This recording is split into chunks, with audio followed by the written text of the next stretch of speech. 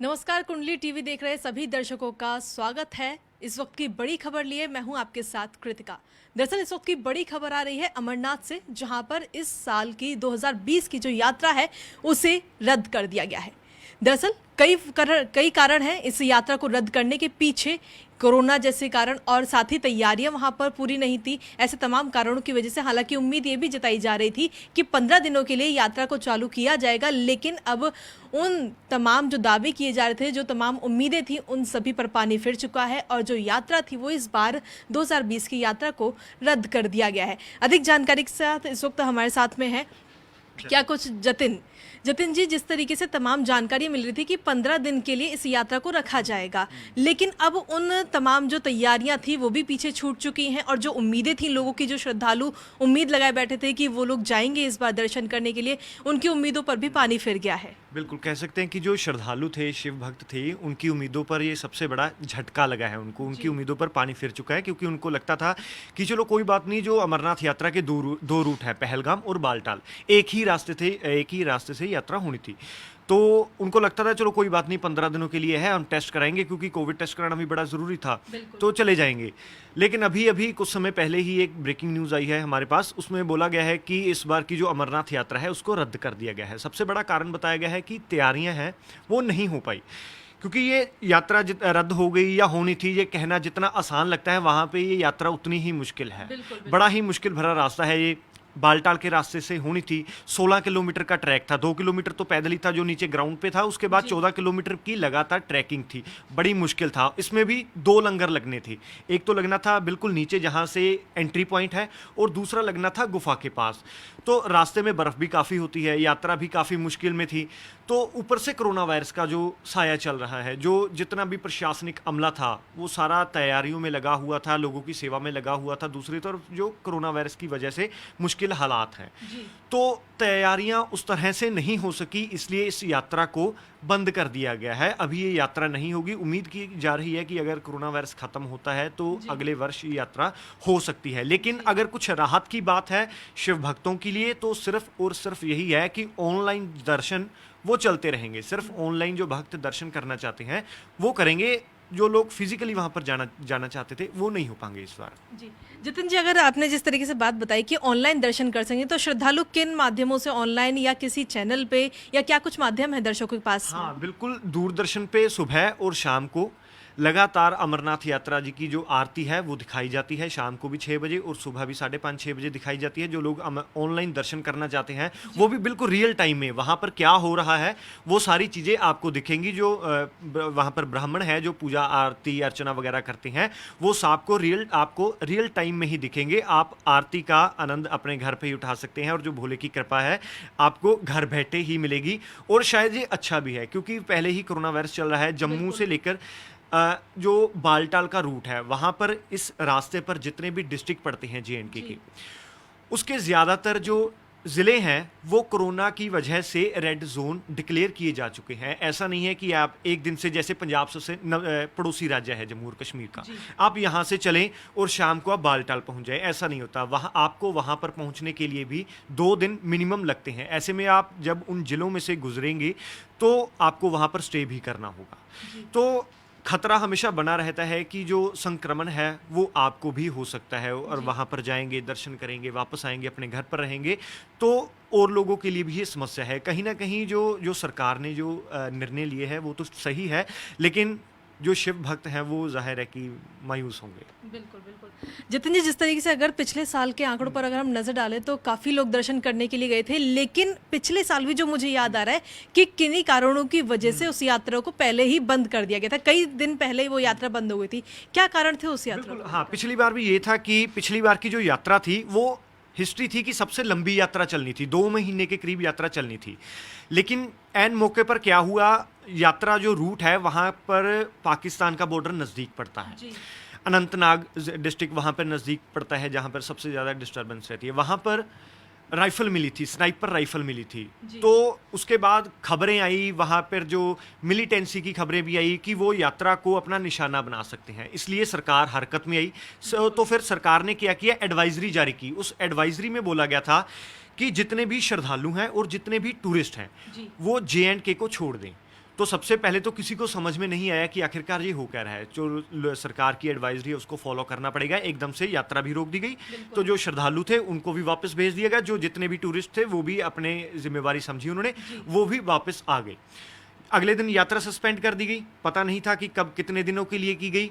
और उसके कुछ ही दिनों बाद, अगस्त का महीना था, तब डिक्लेयर कर दिया गया, जो भारत का सबसे बड़ा मुद्दा था, कि जम्मू एंड कश्मीर से धारा 370 को खत्म कर दिया गया है। कहीं ना कहीं भारत सरकार ने उसका ग्राउंड तैयार कर लिया था कि सबसे पहले जितने भी टूरिस्ट हैं उनको बाहर निकाला जाए, उसके बाद जो वहां पर जो श्रद्धालु पहुंचे हुए थे उनको बाहर निकाला जाए, और शायद 5 अगस्त का वो दिन था जब धारा 370 को हटा दिया गया था। सबसे बड़ा कारण ये था।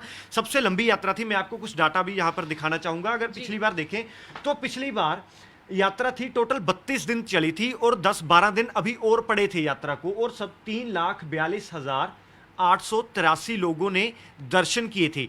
और ये एक और हिस्ट्री क्रिएट हो जाती अगर यात्रा अपने 10-12 दिन और चल जाती। अगर आप देखें, हर रोज 2000 से ज्यादा श्रद्धालु वहां पर पहुंच रहे थे।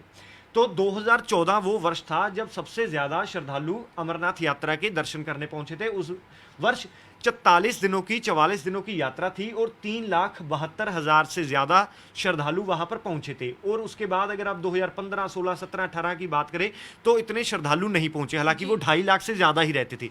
लेकिन पिछली बार श्रद्धालु बहुत गए, और पिछली बार 3,42,000 से ज्यादा श्रद्धालु वहां पर पहुंचे थे। अगर 12 दिन यात्रा और चल जाती तो उम्मीद थी कि ये आंकड़ा 4 लाख से क्रॉस हो जाता, और 3,72,000 से तो निश्चित ही था कि वो क्रॉस हो जाता, और ये भी अपने आप में एक बड़ा रिकॉर्ड था।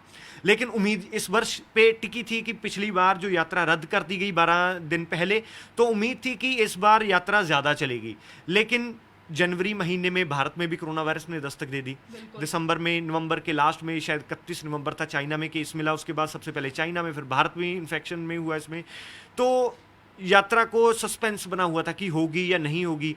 फिर निश्चित किया गया कि 15 दिनों के लिए होगी, और एक ही रूट से होगी, बालटाल के रूट से होगी। बालटाल का वैसे कोई ऐतिहासिक महत्व नहीं है, पहलगाम रूट है, उसका ऐतिहासिक महत्व है। जब भगवान शिव पार्वती माँ के साथ गुफा की तरफ जा रहे थे, एकांतवास में जा रहे थे, उनको अमर होने की कथा सुनानी थी, तो वो इसी रास्ते से गए थे। बालटाल रूट इसलिए बनाया गया कि ताकि कोई प्राकृतिक आपदा आती है, या फिर कोई जैसे वहाँ पर आतंकवादी हमला होता है, क्योंकि हमेशा आतंकवादियों के निशाने पर रहती है, तो जो आर्मी है वो जल्दी से जल्दी वहां पर डिप्लॉय की जा सके, ये इसलिए रूट बनाया गया था। तो यह था कि बालटाल रूट से चलेगी यात्रा, 12 से 15 दिन चलेगी। 15 दिन राउंड फिगर में बोल देते हैं, वैसे ये चलनी थी 21 और 23 तारीख में से कोई फाइनल नहीं थी। तो आज मीटिंग हुई, मीटिंग में ये तय किया गया कि अभी ये यात्रा नहीं होगी। जतिन जी, जिस तरीके से सरकार की तरफ से और जो यात्रा जो मंडल है वहाँ से लगातार ये जानकारी मिल रही थी कि कुछ दिन के लिए तमाम तैयारियां कर ली गई और कुछ दिनों के लिए इस यात्रा को चालू किया जाएगा। क्या ये हम ये समझें कि शायद तैयारियां पूरी नहीं थी वहाँ पर? हाँ बिल्कुल, ये तो है ही। एक बड़ा कारण तो है ही कि तैयारियां नहीं हो सकी, क्योंकि तैयारियों के लिए बहुत समय लगता है। श्राइन बोर्ड को बहुत मेहनत करनी पड़ती है। वहाँ पर ये नहीं है कि आपने सिर्फ मंदिर को सजाना है या रास्ते को थोड़ा सा ठीक करना है, ऐसा नहीं है। आपको लोगों की सेहत का भी ख्याल रखना पड़ता है। सारे रूट पे सबसे पहले आपको BSF डिप्लॉय करनी पड़ती है, वहाँ पे आर्मी की भी डिप्लॉयमेंट होती है, ITBP की भी होती है। वहाँ पर एक पहाड़ों में जो योद्धा, जिनको पहाड़ी योद्धा बोलते हैं, उनकी भी वहाँ पर डिप्लॉयमेंट होती है, ताकि अगर कोई व्यक्ति वहाँ पर फंसा हुआ है वो उनको बचाकर निकालते हैं। कई बार हमने देखा है व्यक्ति चक्कर खा के गिर पड़ते हैं, उनको उठाकर अपने कंधों पे लेके चलते हैं, उनको भी वहाँ पर लगाना था। डॉक्टरों की टीम्स है वो भी वहाँ पर लगानी थी। वो जगह ऐसी है कि वहाँ पर आप पक्की कंस्ट्रक्शन नहीं कर सकते। अगर आपको वहाँ पर टॉयलेट तक बनाने हैं वो भी आपको पोर्टेबल चाहिए, पानी की व्यवस्था करनी है वो भी आपको पाइपें दोबारा सिरे से लगानी पड़ती हैं, क्योंकि आप वहाँ पर कच्चे पहाड़ हैं, यात्रा रूट पे खिसक जाते हैं तो सारा कुछ वहाँ पे नष्ट हो जाता है। इसके अलावा बर्फबारी बहुत ज़्यादा होती है तो उसको भी हटाना था। तो ये तमाम तैयारियां थी। जितना अमला वहाँ पर चाहिए था उतना नहीं था। इसके लिए वहाँ पर लंगर की भी व्यवस्था करनी थी। जो 14 किलोमीटर का ट्रैक है, अगर हम सड़क पे चलें तो वो शायद 5-6 घंटे में हम पैदल चल के तय कर लेंगे, लेकिन पहाड़ों में यही 3 से 4 गुना टाइम ज़्यादा लग जाता है। जैसे मैं कई बार वहाँ पर जा चुका हूँ, मैं 10 बार वहाँ पर जा चुका हूँ। तो सुबह अगर बालटाल के रूट से अगर आप सुबह चलते हैं 4 बजे तो आप कम से कम 2-2:30 बजे गुफा तक पहुँचते हैं। तो काफ़ी लंबा रूट है। जगह जगह पे आपको बैठने के लिए भी स्थान बनाने थे। आपको वहाँ पर जो श्रद्धालु हैं वो थक जाएंगे, उनके लिए खान पान का भी व्यवस्था करनी थी। तो ये व्यवस्था नहीं हो चुकी। बड़ा कारण यही था कि जो व्यवस्था करने वाले लोग हैं वो दूसरी जगह पे बिजी थे क्योंकि कोरोना वायरस चल रहा है। सभी लोगों की ड्यूटियां ऐसी जगह पर लगी हुई हैं जहां पर मरीजों को संभाला जा रहा है, जो लोग संक्रमित हो चुके हैं, इसलिए व्यवस्था नहीं हो चुकी। और लंगर की भी व्यवस्था, 2 ही लंगर वालों को वहां पर परमिशन मिली थी। एक को मिली थी नीचे बालटाल के रास्ते पर मिली थी और दूसरे को गुफा पर मिली थी। और आप ये भी अंदाजा लगाएं कि जैसे मैं आपको उदाहरण के तौर पे बताता हूँ, बाजार में एक फ्रूटी हम 10 रुपए की लेते हैं, वहां पे वही एक फ्रूटी 60 रुपए की मिलती है।